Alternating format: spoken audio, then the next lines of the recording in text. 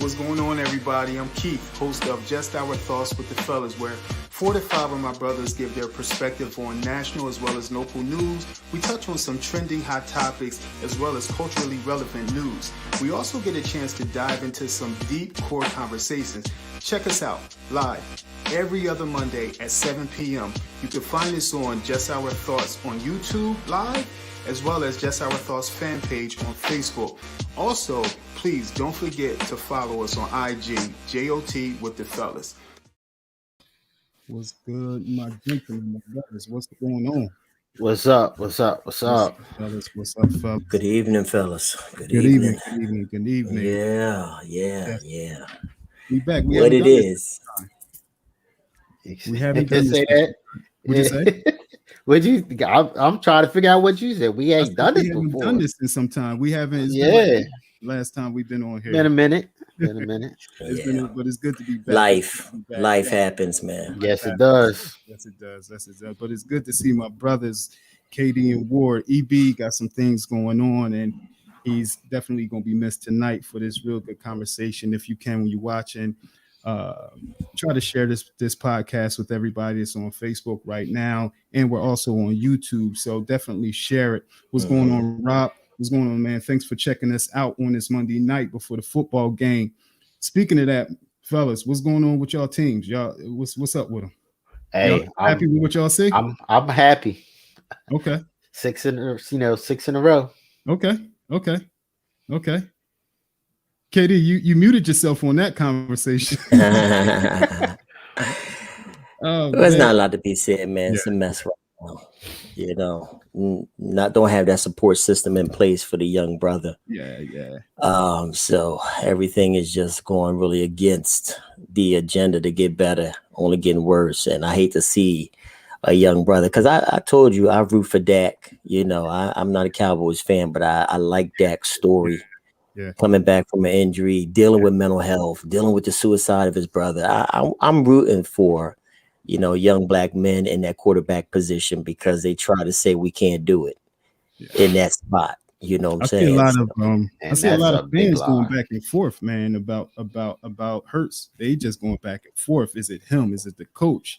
And right now, although my boys are doing good, it's not the same type of trash talk right now. That we don't get the same type of trash talk when y'all not doing good. Doing good. So, I do wish just Hurts, wishing the best. What's going on, Kat? Miss Wilcox, thanks for joining us. Cat Page. What's going on? Y'all had something nice y'all did a few weeks ago, man. Heard it was a dope conversation y'all had a few weeks ago. Oh yeah, we was up on Wilds Worldwide. Yes, sir. Cat and myself and a young lady named Daisy. Okay. It was some really great convo, really talking about grief and loss, and really how to kind of get back in the direction and the path that you're going, irregardless of obstacles that have presented themselves. So it was dope convo. Cat Page, she blew my mind. So I want to thank Miss Wiles for the invite. But this how we do. JOT, Just Our Thoughts, fellas, and thank everybody for tuning in to Just Our Thoughts. Fellas, here we talk about national, local news. We touch on some trending topics. We have core conversations, and we go over some current events and culturally relevant topics as well. Tonight, we got my boy Ward Heen. What's good, Ward? What's up, fellas? What's going on, man? Hey, man, loving it. Loving life. It was good to see you this weekend, Ward. Good to see you, man. Oh, man, it's always good to see the fellas. Always. Yes, sir. And the savage spin doctor, Professor Kevin Kev. Yo, man, we was blazing the night. We was blazing the night, brother. That's what's up. I'm loving the energy, man. Yeah, we had good energy. It was 45 minutes on the dot of Usher playlist. Okay. So we had a good ride. Hey, man, got to stay healthy. We're going in this 6th season. This season of flu and illness, and the best remedy against all colds and illness is a good workout. I'll be there Thursday, bro. I'll be there Thursday. A few people hit me up, man. I gave them some information about your class. It's filling up, so it's dope. Yeah. Nick, EB's not with us tonight, man, but thanks for joining us, man. Thanks for hanging out with us. We're gonna keep this thing moving. We don't want to hold it too long. First, I do want to say a rest in peace to Colin Powell, first African American Secretary of State. Passed last week due to some COVID complications. So definitely want to give him a shout out, despite, your political, views or whatever, just wanted to show him some love and, rest in peace, Colin Powell. Another story that I wanted to share before we get into our conversation, it's Smithwood High School. I don't know if you guys heard of this. Smithwood High School in Shreveport, Louisiana. So over 3 days, they had 23 arrests. It's in the community. They had about 23 arrests for fighting over a 3-day period. And what happened was, the community, and particularly a group of men, they thought it would be, important and paramount for these men to pretty much show themselves up at the school. So these men, they had no experience in counseling, no experience in anger management, no experience in conflict resolution or anything. The only thing they had experience in was the fact that they were dads. So this one guy, Michael Lafitte, he organized it, and about 40 men simply showed up. Nothing. No fights, nothing. These men wearing orange shirts, just standing around the school, greeting the kids while they were coming in school, helping them along, going to the next class. I just thought it was dope when I had a chance to check the story out, just to see these brothers. And that's the one thing that we want to do here on Just Our Thoughts is, we always get that, thing about Black dads, that negative, conversation, but we want to highlight the positive. And these Black dads that's in Shreveport, Louisiana, doing some dope things and just taking the time out. They're working in shifts, just to, help the community out and help the kids out, most importantly. So, some of the kids, some of their reports was nice. They said, they were just saying how it wasn't just telling them to hurry up and get to class. It was just the corny jokes that the dads was telling, to them. And, one young lady, one of the things that she highlighted was the voice of a father and how much weight that has, versus, those of some others. So, I definitely thought it was a dope conversation and something good that I, wanted to share, and, Ward wanted to share as well. So, it was a good thing. It was a good thing. And I know, there's a lot that's going on. So, shout out to the dads on duty down in Shreveport, Louisiana. Yes, man, that's a risk that you take when you really want to try and reach out to someone else's kids, especially when you know that you putting your livelihood on the line. You got to be a special individual in order to deal not only with your own kids, but with other people's children, to really want to have interest in not only molding and shaping their behavior, but also their thoughts and their actions, and try to be a buffer between them and, some negative incidents that might happen. I mean, proof is in the pudding. If you don't have any infractions or any altercations after they done shown up, put them dudes on the payroll. Okay, give them an incentive, for other dads to want to get on this rotating shift or whatever. It's working. It's a model. It's a blueprint. Maybe for other schools to start taking into, to start implementing.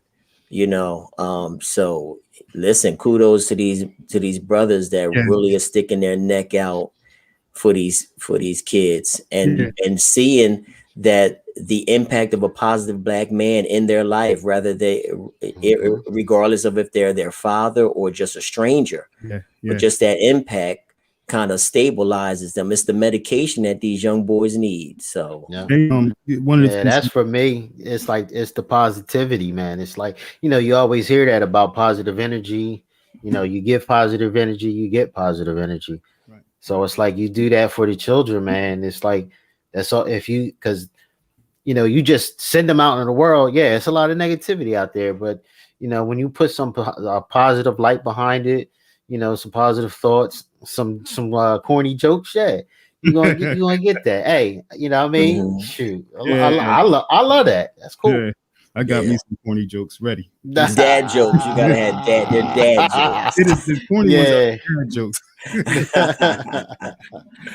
All right, fellas. So today's topic, I talk with you fellas about this, about heading up this conversation in the past, and because I had gotten a lot of some feedback from some people, and they wanted us to talk about it, and I've been wanting to talk about it. Okay, here we go. It's kind of like basically interracial dating. Are we susceptible to it? Not susceptible. Are we game for it? Do we want to do it? We don't want to do it. What's keeping us? What's not keeping us? Things like that. Right. So I just want to pose a couple questions for the fellas and for our viewers. I wanted our viewers to get into this. Hear a lot what they have to say. So I just want to pose some questions, and I just want to start off with have you ever entertained the thought of dating outside of your race? We raising our hand? No. You're freezing up. So I'm freezing up. Yeah. I got you. Go ahead. Yeah, I did. When I was younger, in my early 20s, I certainly did. That wasn't a it wasn't an issue, and for me, it was not just white, but all races. I definitely entertained it when I was young, for sure. Yeah. Same here.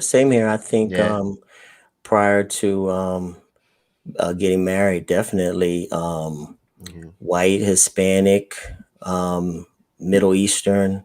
We've had our our share of relationships with different ethnic pieces, and I think one of the things that kind of pushed me in that direction was the fact that I went to a school that was predominantly white, and it was just a limited number of blacks on campus.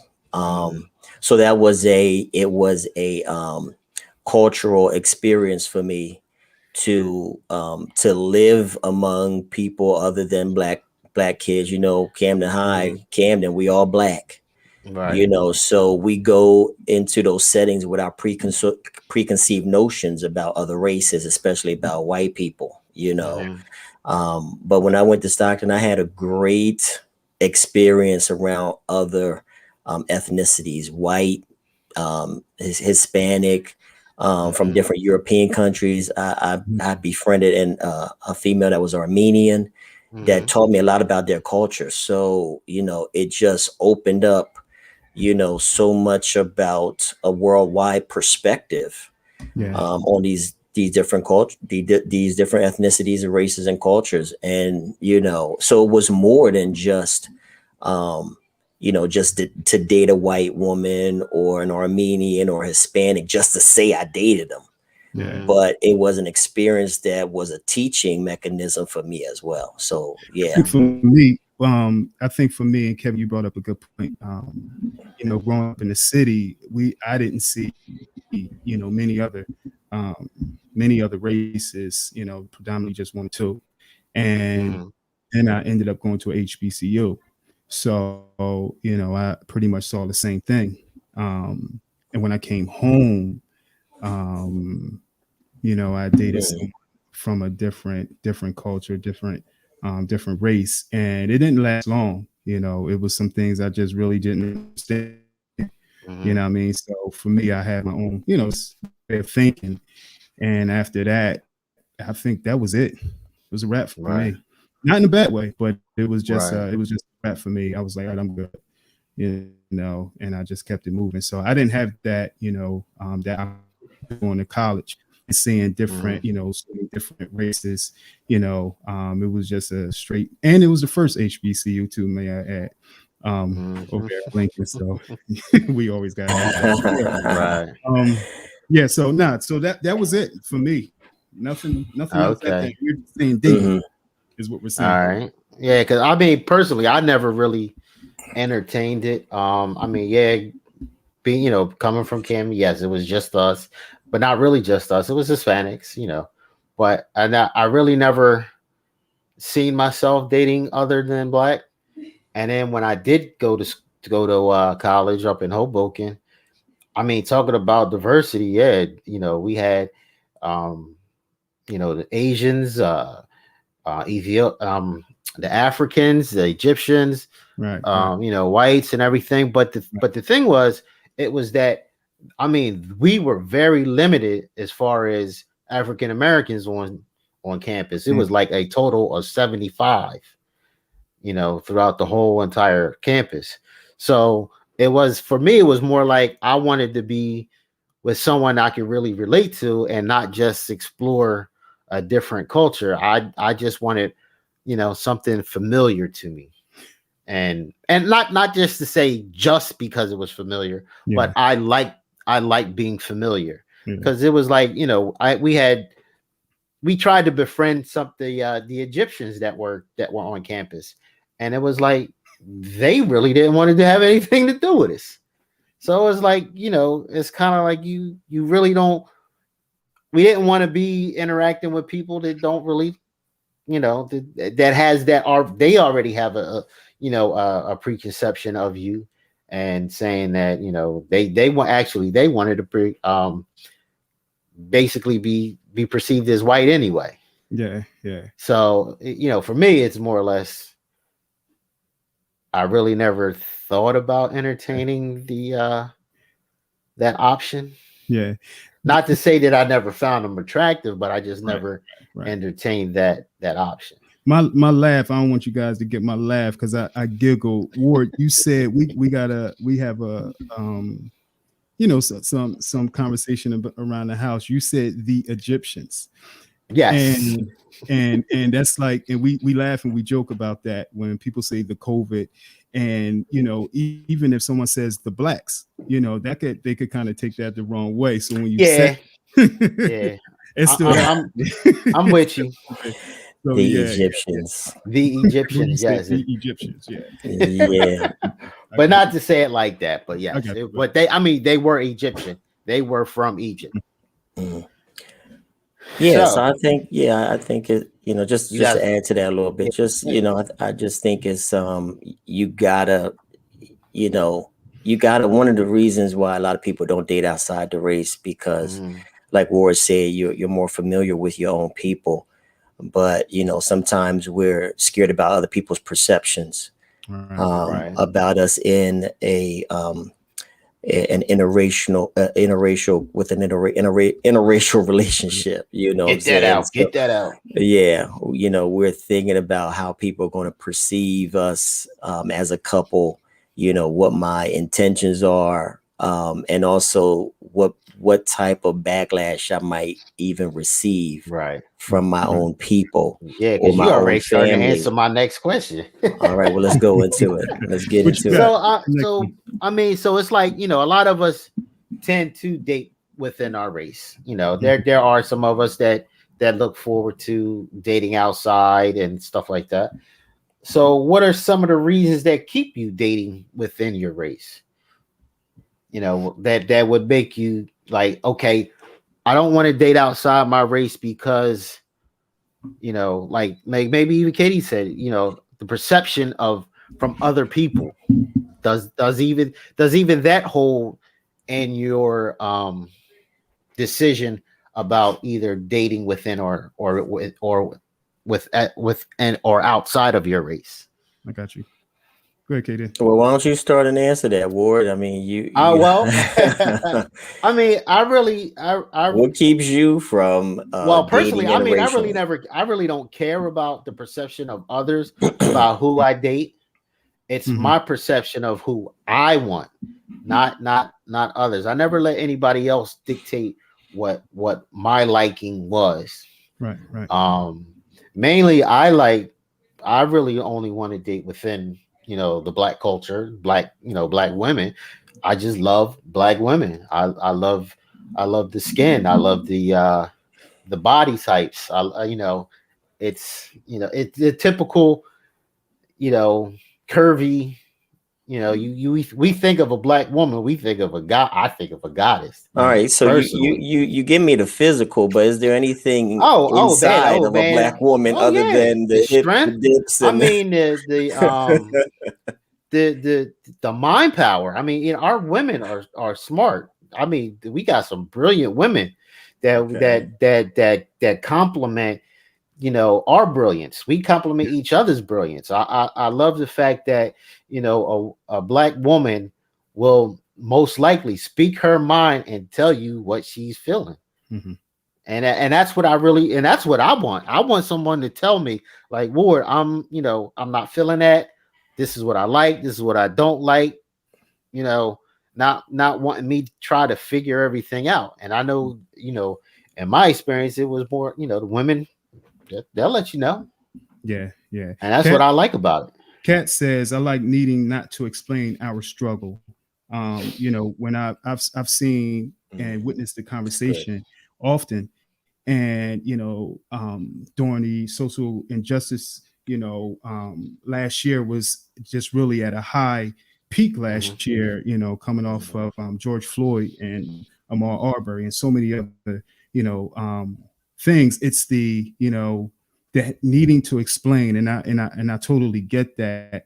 Never was in a situation and won't act like I was in a situation, but I wanted to answer your question, Ward. I want to be with a like-minded, person that gets me, that she gets me, and the struggle, of understanding that the cop pulled me over, Right. and I didn't do anything, and the rub on the back, the rub on the head, and her understanding that, not asking questions, Right. I think, just little things like that for me, and understanding, why I didn't get that job. You know what I'm saying? Why is a struggle? And just different things like that. So, to Kat's, good point. her response, that was definitely a good point. And just having to explain, why, I gotta go get a cut every 2 weeks. And, Every 2 weeks. You know what I'm saying?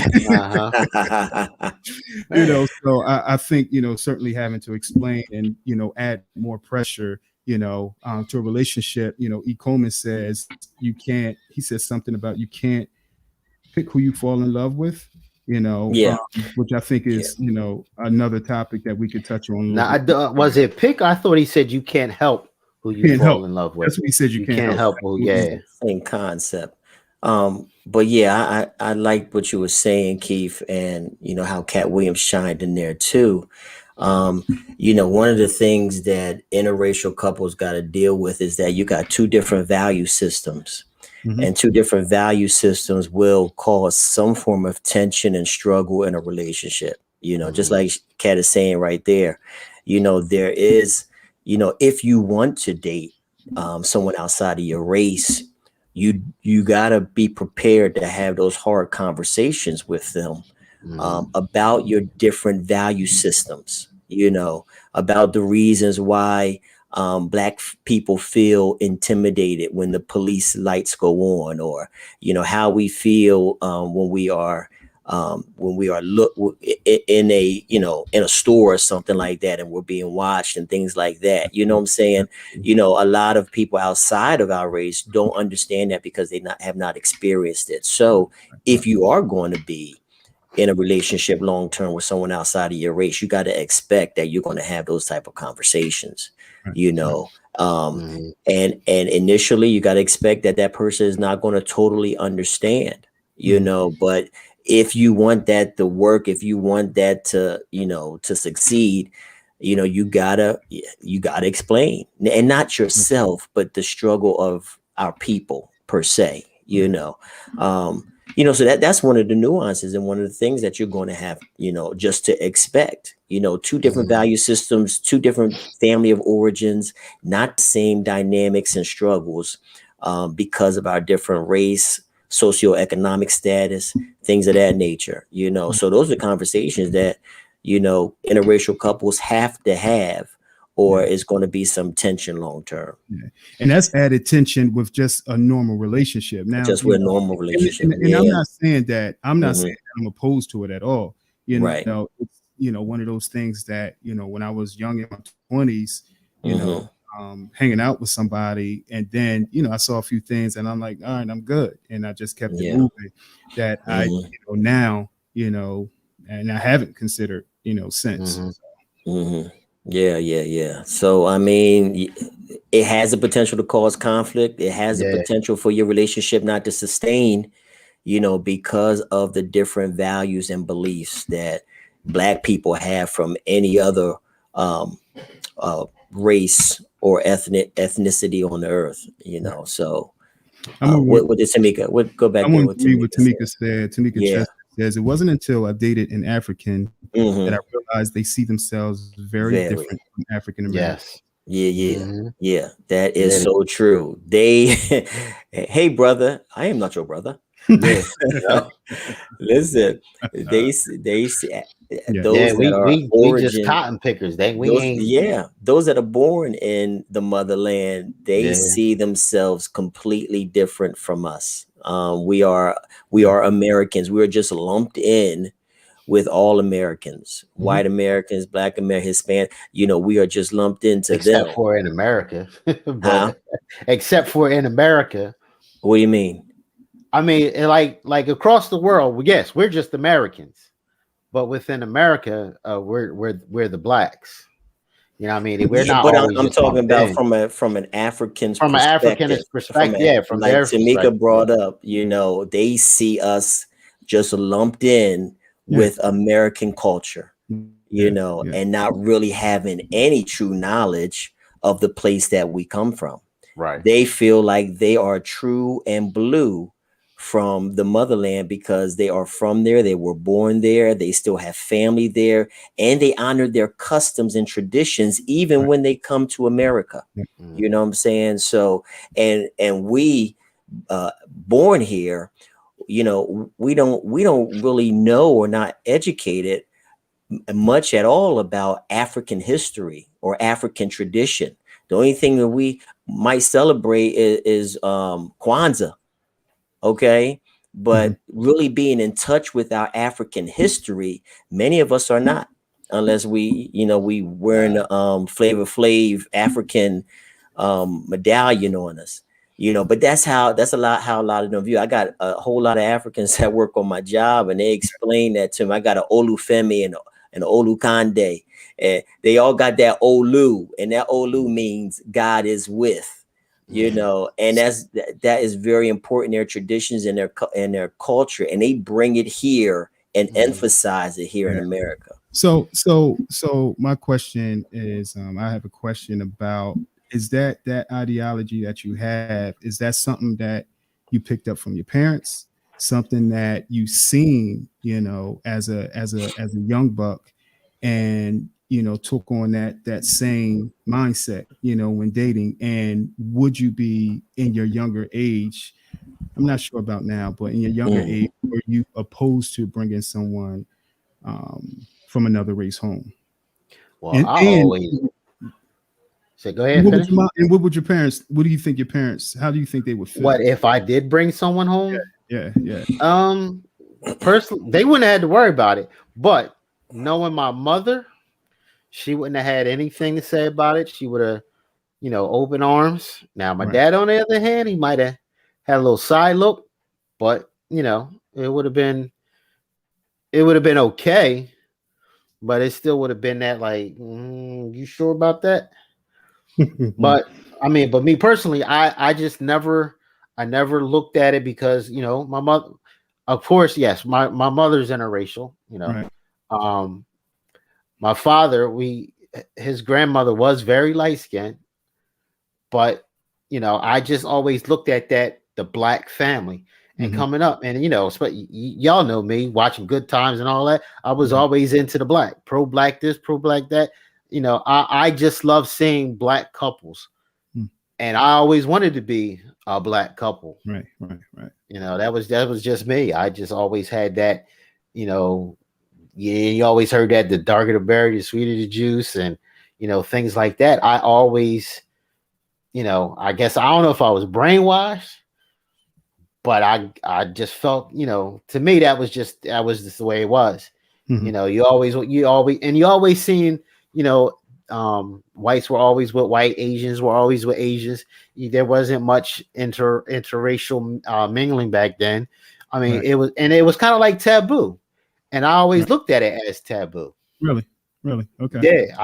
Yeah, that was just the way I always looked at it, and I really never wanted to date any female other than a black woman. Outside your race, yeah. Eric Coleman says, I'm gonna put this up as a big one. He says, while Kevin gets himself together, I taught my sons not to see color. Your preference is your presence. Is your preference. Be open to other possibilities. But I never thought in a million years I would end up with a soon-to-be daughter-in-law that is Caucasian. But I have made love for her. She's family. She loves my son to death. I'm very proud, happy. I'm very proud and happy. That's 1990 for their next chapter. Their wedding is May 2022 in Hawaii. Good stuff. Well, congratulations, Lil E. Yeah, I was listening to your dog out his grammar. He be coming at me. That's what he had his glasses on or something. Yeah, but I think instilling in your kids, I think Eric is on to something. One of the things that that I thought about was us, in our culture, we want, do we want, and this is something that I wonder, do we want everything? We want everything to be equal. We want everything, to be on an even playing field. Yet some are against interracial dating, and not that they're open, not for them personally, but even for others. They're certainly against it. And my thought is, how we pushing, crawl for the equality, here in America, yet we're against, interracial dating. That's just something that I thought about. And how does that work? You can't want everything to be fair and everyone to love, but yet you can't love what you see, and you do have the right to your opinion. Certainly wanted to put that out there. I think one of the things though is we have to really come to grips with why we are dating outside of our race. What's your reason? You don't have to explain your reason to nobody, but that there are a lot of people that hate the fact that black men date white women. Yeah. And there are a lot of people that hate the fact that black women date white men.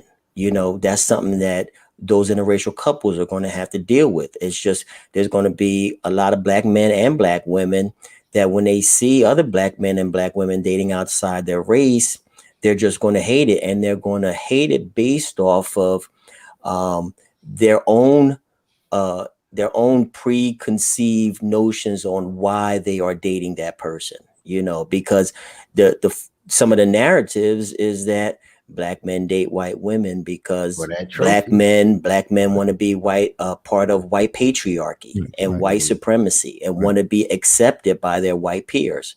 So dating a white woman seems to make a black man more acceptable into white patriarchy.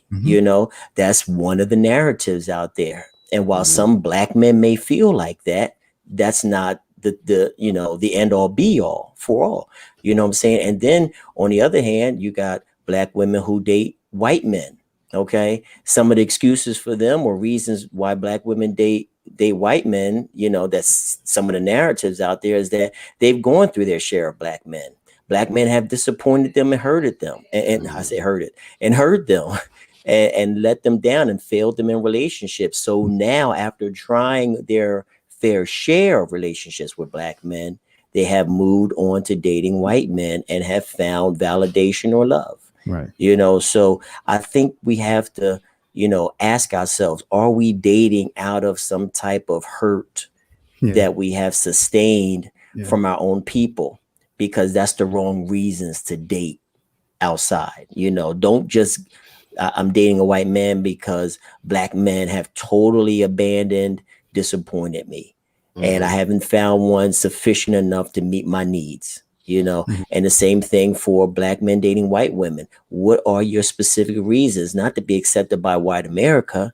Because I genuinely love her. She gets me. She understands, a part of my struggle. She's open to learning and loving. You know what I'm saying? The other thing is that a lot of, interracial dating happens because they just want beautiful kids. They think that, dating outside of the race, let's just put it on the table. Dating outside of the race, I've heard that. I'm gonna have some beautiful kids. Just so like you got to look at the reasons why you're dating. If you're dating for those specific reasons, I don't think that interracial relationship is going to sustain itself. Right. Just like even I look at a lot of times where it's more or less they look at it as a trophy. Like, I conquered, such as, this race, I got a like this white guy. Yeah, I got a black wife, just like them.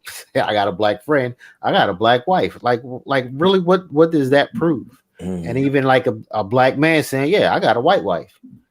Or what, a lot of guys just do it just because. And and then I always thought of, had this in the back of my mind too, like, why would you want to date outside of race? Why would you want to date a white person? Because through our history, the things that they have, the atrocities that have been committed against us, like, why would I even want to, even entertain that thought?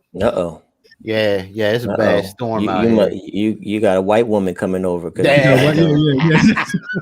That's why you got a white woman coming over. The lights going out and everything. So, God damn. She coming. Yeah. So it's like, her name is Becky with the good hair coming. Yeah, Becky with the good. Yeah, she got blonde hair. And the Ethiopians. Egyptians. Hey. Ethiopians are my people. Now you gotta cut that out. Yeah. But yeah, it's like, I really never looked at that because, and I know people out there saying, well, they're not the ones that did it. Okay, no, they didn't. But it was like, a lot of white women have brought a lot of misery to the black man, not being his fault. Early in our show, we mentioned that we wanted to get some comments from those that that check us out, those that viewers. So I wanted to read Kevin or Ward, if y'all want to read Brenda's comment. I thought she had a really good comment, or I could read it. Don't matter. All right, I think black men are more open and have been more open to dating outside of their race in comparison to black women. Black women have been exploring this more now than ever because black women feel that black men don't desire them as much. I think there's some truth in that. I think there's a lot of truth in that, because studies do show that black men far outrun or exceed black women in dating outside the race. A large percentage of black men date outside of the race than black women. But I think black women are more patient with making every attempt to find a black man that is willing to validate her, marry her. But, and I was thinking about this, I was looking at Serena Williams and her husband, because she has a white husband as well. And she, that's a whole celebrity piece right there, a whole nother entity. But a lot of people were looking at the fact that, why wasn't she patient enough to wait for a black man to share, her world with and to have a child with, and things like that. But, one of the things that I really, kind of found out that it's hard for black women in dating. I think black men have more options available to them. But black women are really much more focused on really giving time and energy and patience to Black men who many times do overlook them because of the color of their skin. There's a lot of colorism that goes on in the Black community, you know, because the stature of beauty is white women, and Black women are low on the totem pole as far as the standard of beauty in America, and that's just the God-given truth. I also think I don't know about all that. No, it is. It is. Well, That's how man. America. This is how America. If you look at the media, if you look at videos, and yeah, you look but at why? the movies, But why are all the women? standard. No, why are the white women trying to look more Black than They're ever? not trying to change their color. They're just trying to get attributes, the body type, but they're not trying to change their color because they can't get rid. privilege. Well, of course, they're not going to do that. White because then that would take away their privilege. That's their privilege. The skin color is the privilege. As far as light skin you go, that's more of the privilege that you have and benefits of being pull out that paper bag, start doing that paper bag test. Let me add this. I also think when it comes to certain women, you had touched on Venus. I also think sometimes it's that are open for you, or the doors that you open. I'll say that, or the doors that you enter. I'll say it that way. Because when I look at certain, I look at my son. I look at my Knuckles. I look at different, kids that aren't raised. We were raised in the city, but they're not raised in the city like us, and with the options that they're exposed to. And when you think about the doors that, I'm not sure what doors Eve entered or what doors, Venus entered, but, their options became, I guess, a lot more vast. And, broader, we don't know the reasons. We can, imply, we can guess, but, honestly, it was their choice, and that's who they fell in love with, so. Tamika, look at Tamika's comment. Absolutely. Read another one. Absolutely. European beauty of standard runs the world. Yeah. I wanted to read this one. My sister Iris, speaking for myself, I don't have an issue with Black men dating Caucasian women or any other race outside of Black. What I do have an issue with is when I hear Black men speak down about the Black woman, such as they're too dependent, they're too strong, don't know when to shut up, or act like they don't need a man. What respectable men say that about their own beautiful Black race? They need to take a look within themselves and what they may not or do not offer the Black woman as a person. And I can't see the rest. Boy, she wrote a paragraph. But that is what I was saying. Yeah, Iris is right on with what I was saying. What are your reasons for dating outside of the race? If it's more of I want to get back at Black women because they treated me so wrong. I think I heard that from Dennis Rodman for a period of time. I think he had some childhood issues where he stated Black women would not give him the time of day, because he was an ugly dude, growing up. And so when he got famous and when he got, his body chiseled and got on the bulls and things like that, he focused on more so-called exotic women. And he would not date Black women, and it was based off of his negative experience. Don't go to that exotic thing, because they're gonna eat you alive. Like, what's exotic? We'll get into that.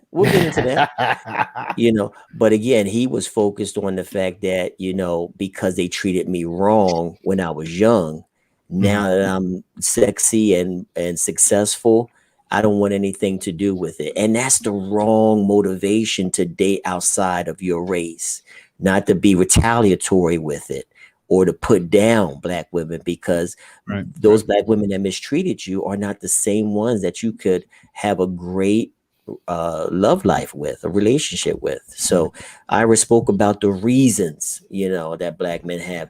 And, Black women have the same thing. They also give the same negative reasons as well. He ain't got no job. He got all these you got all these baby mamas. You got a criminal history. They make assumptions about Black men before they even meet us, before they even talk to us. You know, they want to run our criminal background check. They want to see how many children, you know, do we have child support? You know, these are the things they want to know instead of getting to know the type of person we are, and not just the negative stereotypes that might be attributed to a relationship with a black man. Right. So turnaround is fair play. You know, right? Because because sometimes the same women that are asking for such, you know, all this criteria, like they wanted to be treated such a, you know, in such a way, and you got so many baby mamas. Well, you know, that's the same reason why a lot of black men do the same thing. It's like, well, wait a minute, how many baby daddies you got?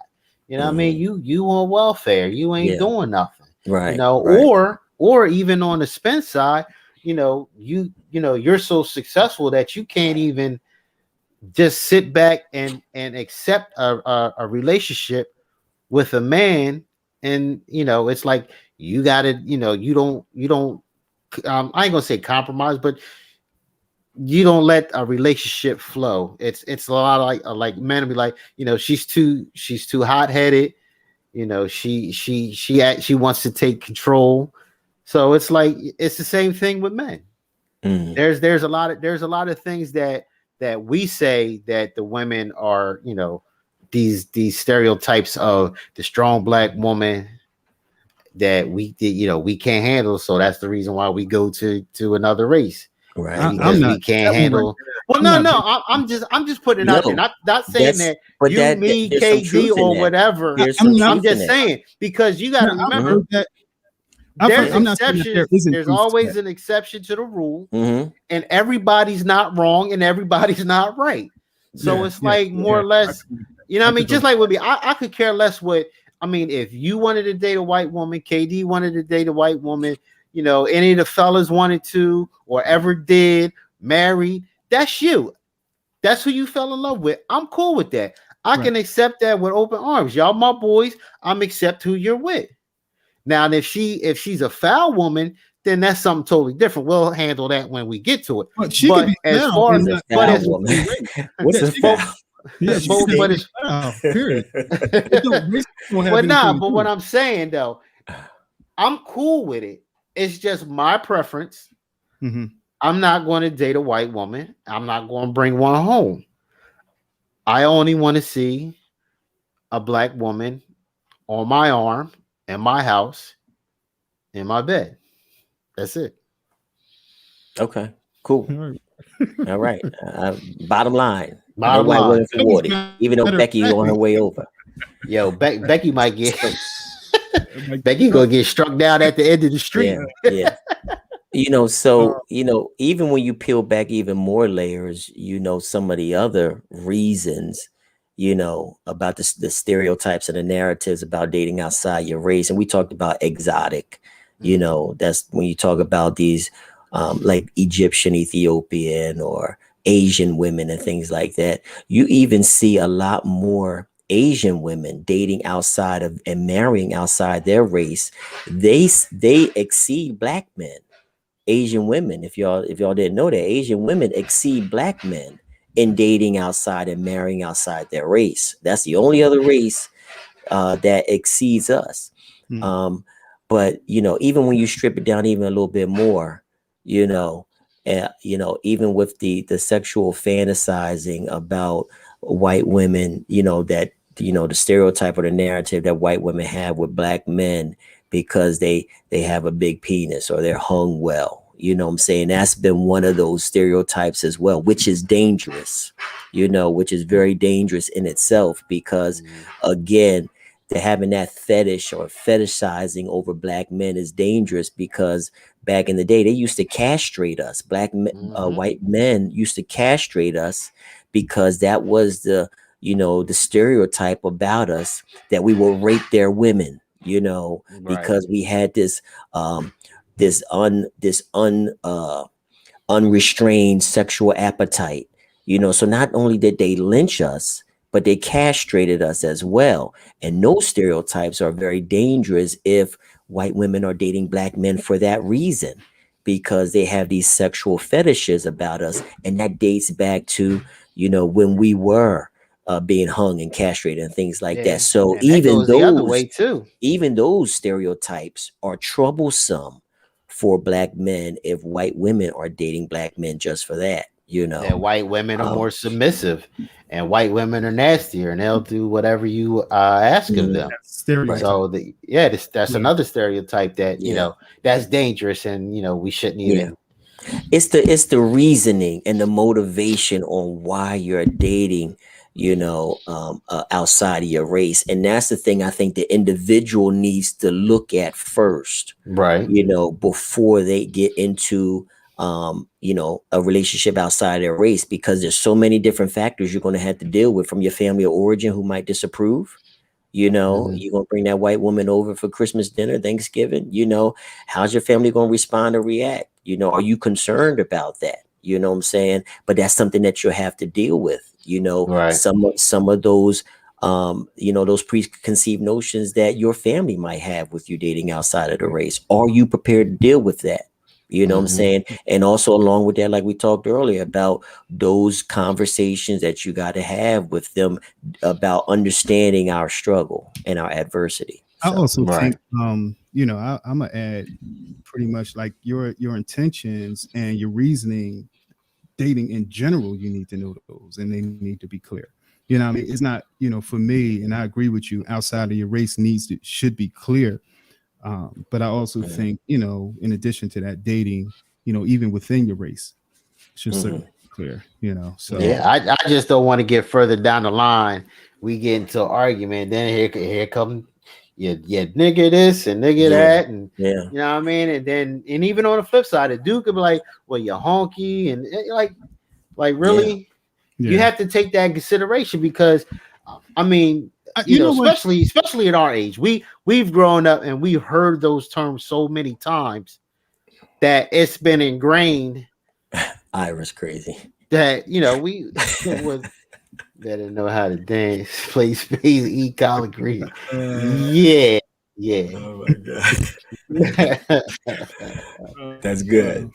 But I mean, we also have to look at that. Coming down, like when tempers flare, are we going to revert back to are we going to show our true colors when it really comes down to it? Or again, I think that's in any relationship though. Like, you're right. When tempers are start to go up, like who's this beast about to come out? Outside of him or outside of her, and now you're telling me something that you never said to me in these 10 years. Now you're calling me names or you bringing up something.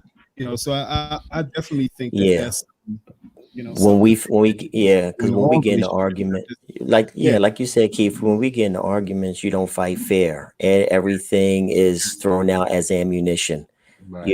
And that's one of the things, again, within the racial dating, you got to be mindful of. You call me the N-word or anything like that, that's going to really show your true colors about the Black community. So, but one of the other things that I found, crazy about a brother that might date a white woman, the other brothers look at us like we a sellout, like you Black, like you disown your whole Black community because now you dating a white woman.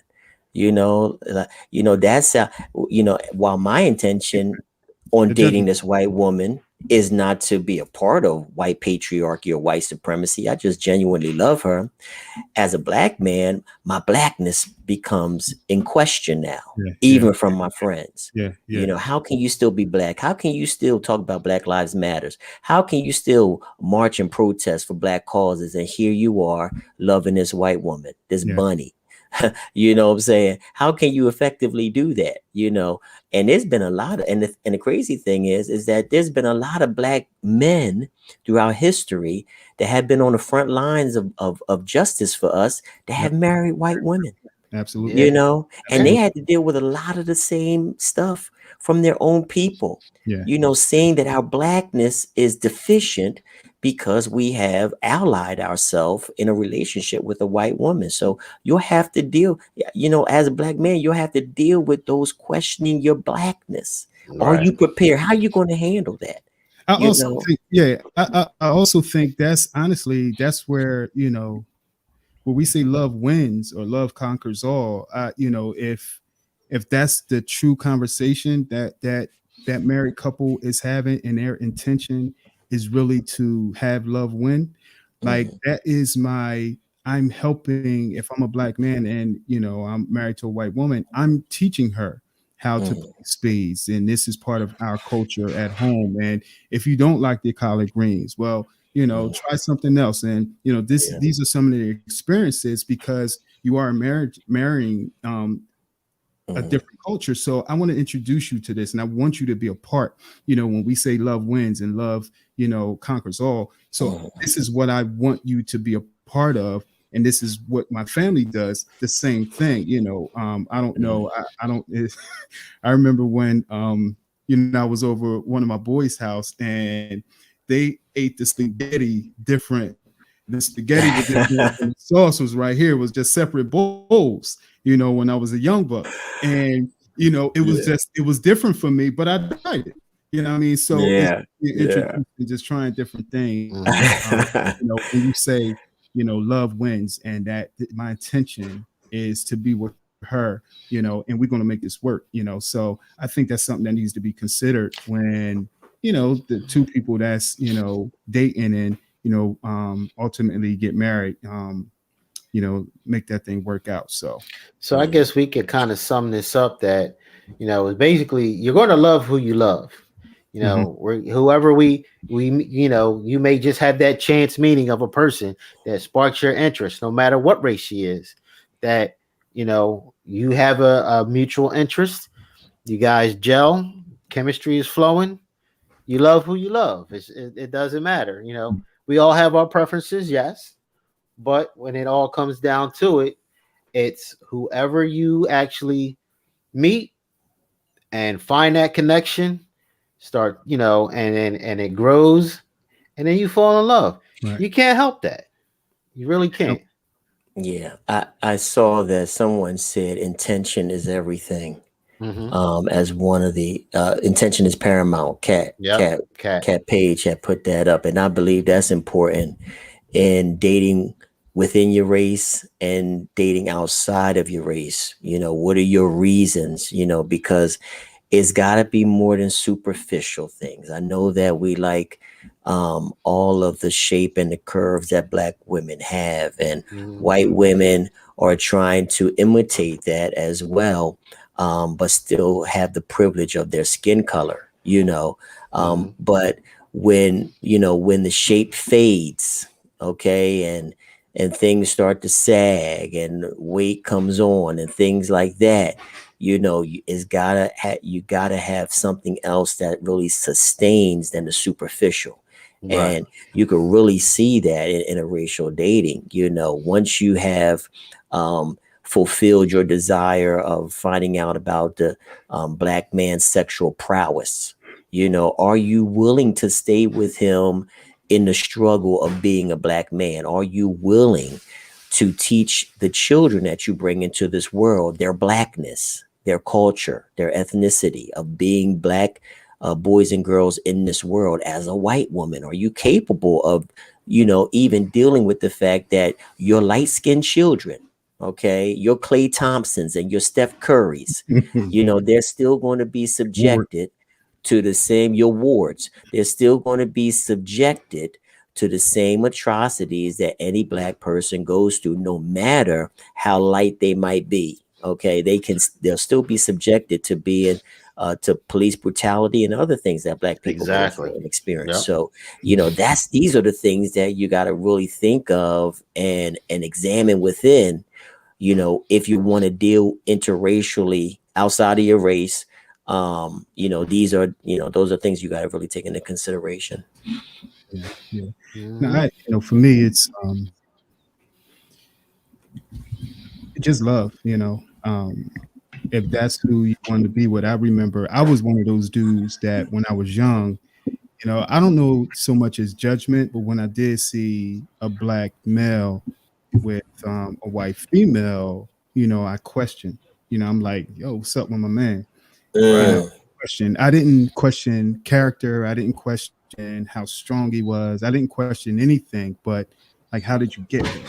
You know what I'm saying? Yeah. Like, how did you get there? And there's so many intelligent, strong, women out here, that look like us, and how did you get there? So, it wasn't until I got, much older where, I really just got that concept. Like, honestly, for me, it really doesn't even matter, what they do, but at the same time, just understanding what love is, so for me, I was that dude, like, yo, what's up, my man? Because I know what I love, you know, cinnamon, dark, and for me, it's, I'm not going anywhere else, so my thought was in questioning, was like, what's up, my man? Like, it's so much out there. Yeah, exactly. I remember we were young, me and I heard a couple guys say, I'll say it that way. I heard a couple guys, say that, it's more for us, if that's the case, and that's, of course, in their younger stages when they used to say that. But yeah, it's I did used to question that, but at the end of the day, if that's who you're dating and that's what you decide and want to, always consider the challenges, in all relationships that that are presented. When it comes to it, and and if love is going to win, you got to make the intentions be clear in how you want to win that thing. So dope conversation, man, and way to put that thing together. And we want to thank everybody for Katie just want to leave. We want to thank everybody for joining us and putting it up. Pastor Brenda says biracial children oftentimes struggle with their identity, and that's a whole nother conversation. Yeah, that is a whole nother conversation. It is. They struggle with their identity. Kat says, I usually check the environment growing up. Lena says, very good conversation. So we appreciate everybody. If you can share this podcast, if it's not up, you can go to our streaming services, Apple Podcast, Spotify, iHeartRadio, Amazon Music, and check us out. We appreciate you guys for hanging out with us on tonight. We doing any segments, fellas? Yeah, I got a man law. You got something? Yeah, I got something. Hold up, Wardy. Let me get you tight.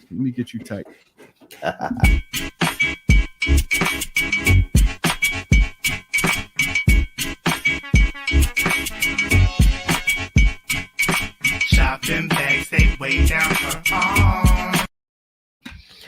All right, fellas. Another edition of Man Law. We got Man Law number 12. Okay. Speak your truth. Man shall not make another man's story his own.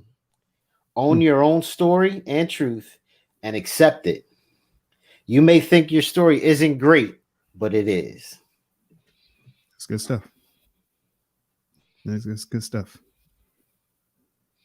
That's number 12. That's number 12. Huh? I don't go in order. There's no order. I jump around. I got you. Yeah, I jump around. One more time, Ward. One more time. So I can one more time. All right. Man shall not make another man's story his. Own your own story and truth and accept it. You may think your story isn't great, but it is. You know what I mean? Oftentimes fellas like, oh man, I got a boring life and this ain't, they gotta adopt somebody else's life to make their story something. Nah, man, your story is your story. No matter what's going on, your story is great. You're here living, and let's live it to the fullest. Yeah, I think sometimes I've talked to people who fell victim to that, not owning their own story, because like that's your journey. You know what I'm saying? Yeah. Like that is your journey and it's your walk, and no one is going to have that walk like you do. You know what I mean? Your story is the most unique story that you'll ever, come in contact with, ever witness, or ever experience. Yeah, damn like, right. You gotta really just own it. Oftentimes that does come with, confidence. That comes with confidence and knowing, and it's really not about boasting, but just really just having that confidence and saying like, this is my story, and owning that thing. Like, yo, this is it, and I'm walking the journey, walking the story through my fault, through my failures, through my experiences, and own that thing. So definitely got to, own your own story because it's yours and it's unique to you. Yeah, because the way I look at it is, Keith, you got your story. I got mine. KD has his. We cross paths. We make a story out of that. But it's our own story. And we are all great in our own right. Yeah. Good stuff, man. Good stuff. Good stuff. Amen. KD, you got something, my good brother? Yeah. We got one quick question.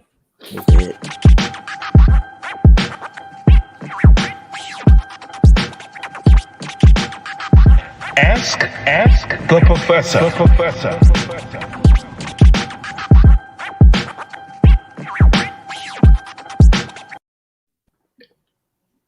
Ask the professor. Quick question to the professor.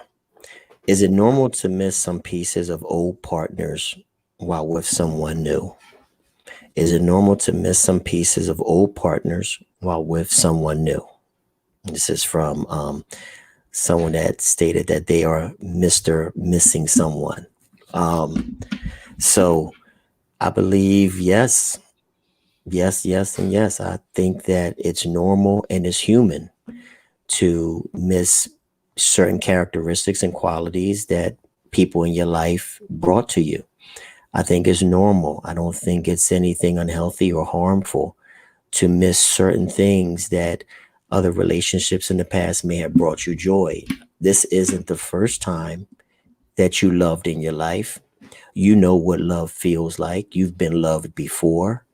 All right. You've been loved 2, 3, 4 times. And even though you're on this current relationship, whoever, might be hearing this isn't your first opportunity loving, and you know everything about how that love brought you joy, brought you happiness. If it was the actions, if it was the words, whatever things that relationship brought to you, I think it's human to miss some of those things, especially if you're not receiving them in the current relationship that you are in. All right. And that's when you start to even more identify the pieces that are missing from the current relationship that you felt were so significant in the prior ones. I think that society sometimes condemns us when we say that you do miss some of the things, some of the memories, or some of the experiences that you may have had in prior relationships. But all of that is to formulate you into the human being, the beautiful human being that you are. The fact that you have experienced multiple relationships, and not sexual, we're not talking about your sexual conquest or, your one night stands or things of that nature. While that's maybe an important part of a relationship for you, is not the end all be all of the things that people have brought into your life during those prior relationships. So I don't want you to, you to feel like your past experience is diminished because of what society might dictate to you. Okay. Love doesn't come just one time. Love comes many times in your life. Keith said earlier, love wins. Okay. And love wins once, twice, 3 times. Sometimes those seasons with those individuals may come to an end, but the good times that you cherish can help you take those experiences into the next relationship and build on those. Communicate with your current partner. These are the things that I like. You don't necessarily have to say that, well, when I was with Ronnie used to do me like this and used to take me here. You don't have to do them like that. You just talk about those things that made you excited, those things that made you happy, those things that brought you some extreme joy in a relationship, things that you look forward to that you're not really being fulfilled with in the current one. And if you do that, if the communication line is open and you effectively tell your new partner, these are some things that maybe we can integrate into our now relationship. You might see it bloom, blossom, and grow into something great. So take those prior experiences and those missing pieces and express the need for them in your current relationship. That's Ask the Professor. I agree with that. Yeah, I'd also add that, and I agree with you, Kevin, that, I think it's normal, when you think of even just a friend that you don't, your friendship ended. Just a normal friend, you think about the things that you can still miss them. You know, think of, you missed some of the things in the common, things that you had with someone in the past, and it was just a normal friend. You know, what I wouldn't want is somebody to keep bringing it up. The things they Well, yeah, that actually definitely. missed in a relationship. I don't want to hear that. But And for that's why, me, But nah, I yeah, see what yeah, KB that's was why, saying. that's yeah, It's for why I like me, you can it's preface take it. those also past Gotta be careful. experiences and plant a seed. Like, maybe y'all like doing something that past lover, you did together. It's like, maybe I can get him, him or her. Let's start doing this. Plant that seed. Like, nah. yeah. Well, me, I'm not doing the same thing. No. I'm I'm not not talking. doing the I'm like, same yo, thing. And you might go to for a me, certain, going to a certain concert, eating a nah, certain I'm with you. food. I'm with you. I also think it's a great opportunity. What I was trying to say, I think is a great opportunity to create more experiences in your Mm-hmm. current relationship. And I think that's the most important thing, that, and not that it's about, you know, forgetting your past, but it's about creating new experiences in your current Yeah. relationship. And Mm-hmm. for me, eventually, they may subside, those thoughts, those ideas, when you're taking that time out and like, hey, let's try this, and it may have been something that he or she did before, but you're creating a new experience. And I think that's the one thing that, Right. we want to Mhm. continue doing, and keep and continue to date while you're with someone, and while you're married, just continue to do that. Right. Don't stop dating, Yeah. and continue to create experiences. It's Um, definitely how you package right. the what you would like to see in your relationship. It's not to compare you to Mhm. the past. It's not Right. to bring any past issues or problems into the present. Okay, it's about presenting and packaging it in a way that you can bring old experiences that brought you joy into the new relationship in a way that's non-offensive, non-comparison, but to present them as something new that you can bring into the current relationship that the two of you can engage together. All right, and it's also, there might be a few missing pieces that you're not fulfilling in the current one, but nevertheless, start to build new memories with that person. Yeah. All right, start to build new experiences with that person, things that you've never done before in Absolutely. prior or past relationships. Be open to starting new chapters in your life. Like Iris did say, sometimes it's time to go. Yeah. What's in the past is in the past. Right. Yeah, Right. there might be some things that I miss, but as in the new relationship, why don't we start building and growing and doing new things for new memories? So, yeah. Good stuff, man. I hope that helps somebody. Ask the professor. And man, Please and Lord, thank you. Please and thank you, Alyssa. two dope segments that we got. Two dope segments we got. We want to thank everybody for joining us tonight, for Just Our Thoughts with the Fellas. We'll be back in 2 weeks. If you can, continue to stream our content. Go back, check our content out on Apple, on Amazon. Check it out on Spotify, iHeartRadio, Anchor.fm. So if you can, share it alike with everyone, while you take a ride to work, when you stuck on that 42 traffic, when you heading home from work, just share and continue to support us. We thank you for coming out tonight.